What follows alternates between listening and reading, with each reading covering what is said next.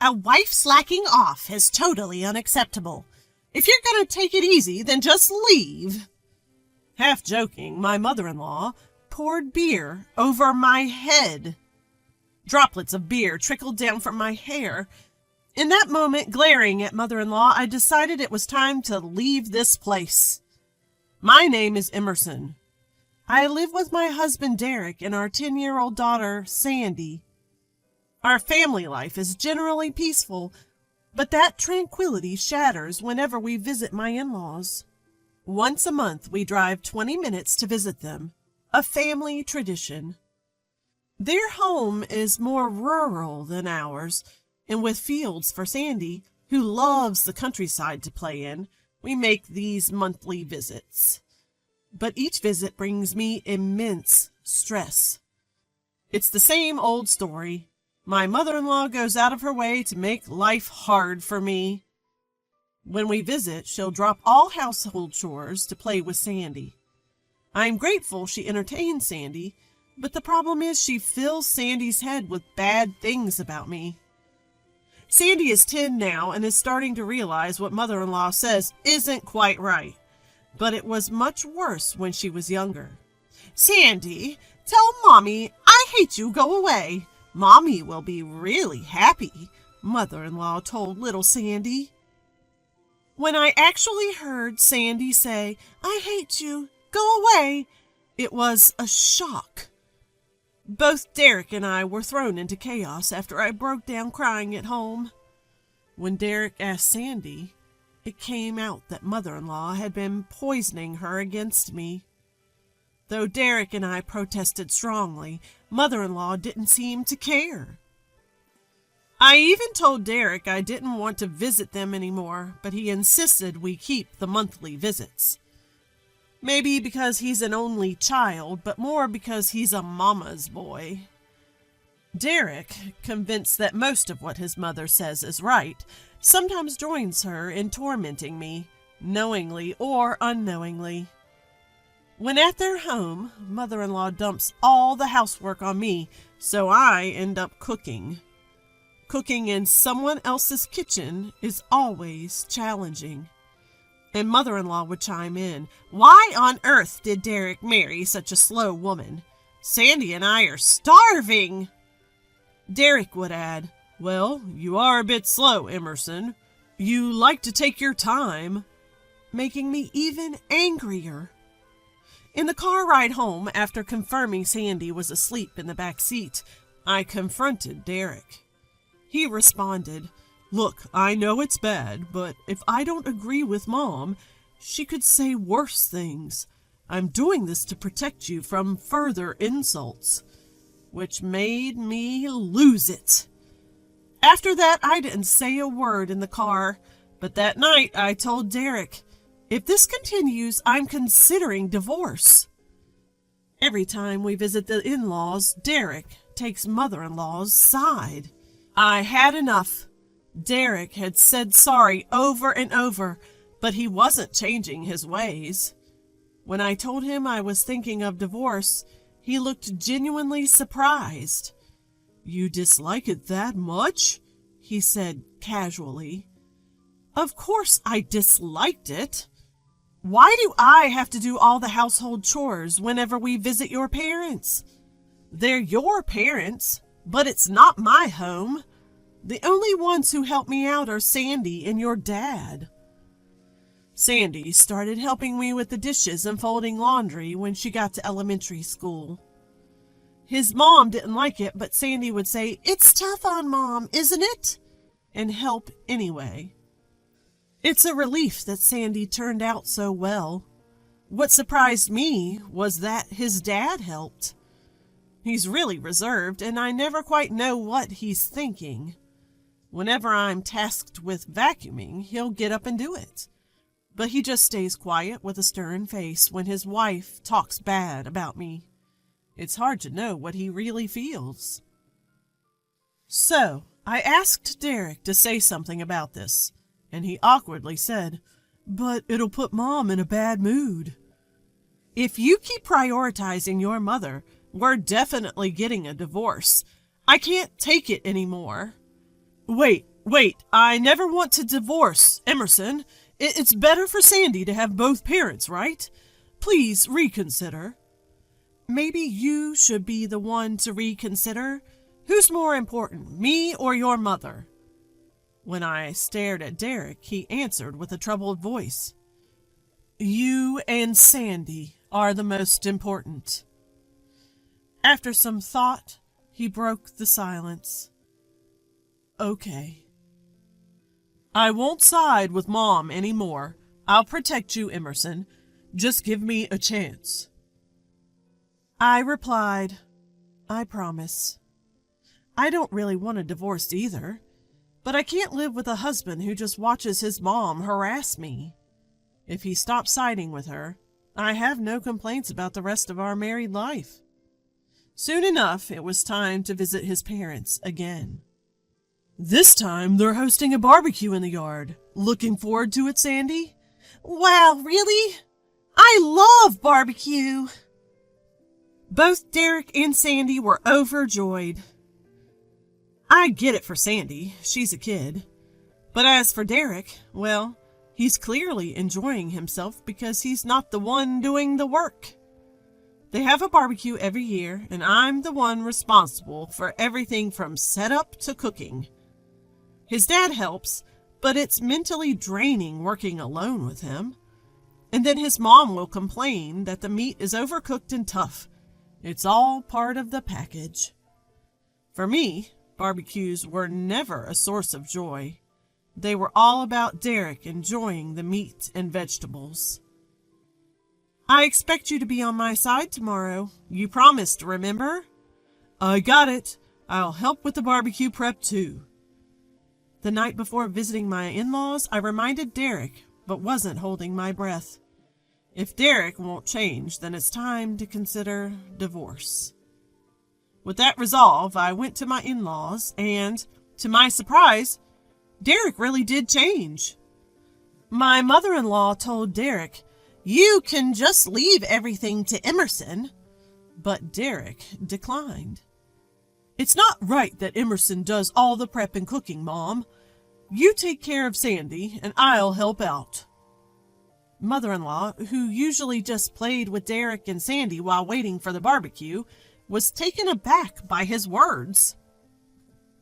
Derek took over lifting the heavy stuff and even helped light the fire. "Thank you," I told him, to which he bashfully replied, "It's my fault for not helping out before." I had doubts if this change was just for today, but his words and expressions cleared those doubts. While Derek, my father-in-law, and I were preparing the barbecue, Sandy said, "I want to help too," and joined us. Mother-in-law, who was left alone, perhaps felt she couldn't just stand there doing nothing. Awkwardly, she brought a cloth from inside the house and started wiping the table clean. Maybe this means the hostility will end. Or so I thought. It might have been a mistake. As we prepared under the hot sun, I lost my balance while getting up from a squatting position. I almost fell, but caught myself, and father-in-law, who saw it all, asked, "Are you okay?" "Sorry, the heat got to me," I responded. "Emerson, are you sure you're fine? Maybe you're getting heat stroke. Perhaps it's better to rest in the shade." Hearing our conversation, Derek voiced his concern. I was a bit surprised since I had never been allowed to rest at my in-laws, but this time I took Derek up on his offer. I sat on a chair he brought into the shade and took a deep breath. My head felt dizzy, and I probably did have heat stroke. While sipping on my sports drink, mother-in-law approached me. "Emerson, are you okay? I heard you weren't feeling well." "Thank you for your concern. I think I might have slight heat stroke." For mother-in-law to worry about me was something new. As surprised as I was by her sudden change in demeanor, my mother-in-law was beaming at me. Just moments ago, she was sulking, clearly not in a good mood. Now she was warmly smiling at me, which honestly felt unsettling. I thought maybe she'd turned a new leaf, just like Derek had. But I soon realized that wasn't the case. Mother-in-law pulled out a can of beer she'd been hiding behind her back and offered it to me. Have a drink and cheer up. Nothing beats a cold beer on a hot day. I'd rather not drink alcohol right now. I had no idea if it was okay to drink alcohol when dealing with heat exhaustion, but I was definitely not in the mood for a beer. My refusal made Mother-in-law's smile vanish, replaced by a creepy, angry grin.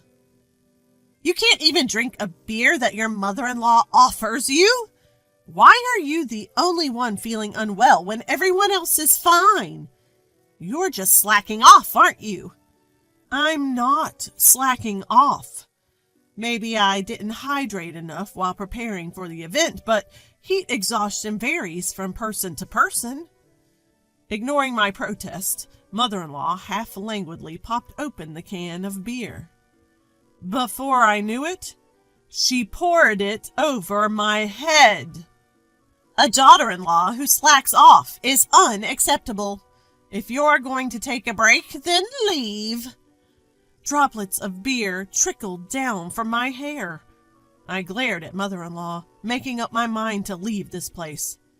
Fine, I'll go. Groggy from the heat, I used the wall to steady myself as I stood up. Just as I was about to storm off, Father-in-law stepped in front of me. Husband, Emerson was slacking off instead of helping. Please say something to her. As Mother-in-law yelled, Father-in-law spoke. Not to me, but to Mother-in-law. Are you out of your mind? Who throws beer at someone like that? Emerson wasn't slacking off. She got sick because she was working so hard on preparations. Both Mother-in-law and I were taken aback as Father-in-law's face turned red with anger. I've wanted to stop you from bullying Emerson for a long time, but I didn't know what to say. Stop this childish nonsense right now. If anyone is leaving, it's you. Father-in-law then went off somewhere, and before I knew it, he came back with a towel for me. Mother-in-law stood there, stunned, as Father-in-law told me, You should go take a shower. Don't hesitate. Why? Mother-in-law screamed. I was bullied by my mother-in-law, too, back when she was alive. Why are you siding with Emerson now when you never stood up for me? My mom isn't the one causing trouble here. Father-in-law spoke in disbelief, referencing Derek's late grandmother. Derek's grandmother, or mother-in-law's mother-in-law, was said to be a gentle woman. Having been told by her own mother that she must serve her mother-in-law once married, mother-in-law did exactly that. She devoted herself to her mother-in-law. That's when it clicked why mother-in-law had the same expectation of me. What's all the commotion? Oh my God, Emerson, are you okay? Derek finally showed up and was shocked to see me covered in beer. At that point, Father-in-law raised his voice. Derek, you're also to blame.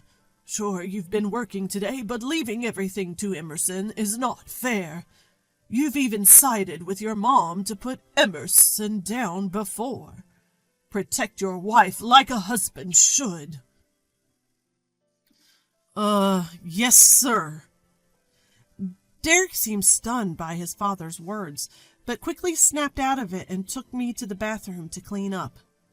Since I hadn't brought a change of clothes, I borrowed one of Derek's old t-shirts and shorts. Still stunned about his father's outburst, Derek mumbled, I've never seen Dad talk so much. After showering and changing, I returned to the yard to find my in-laws grilling meat for the barbecue.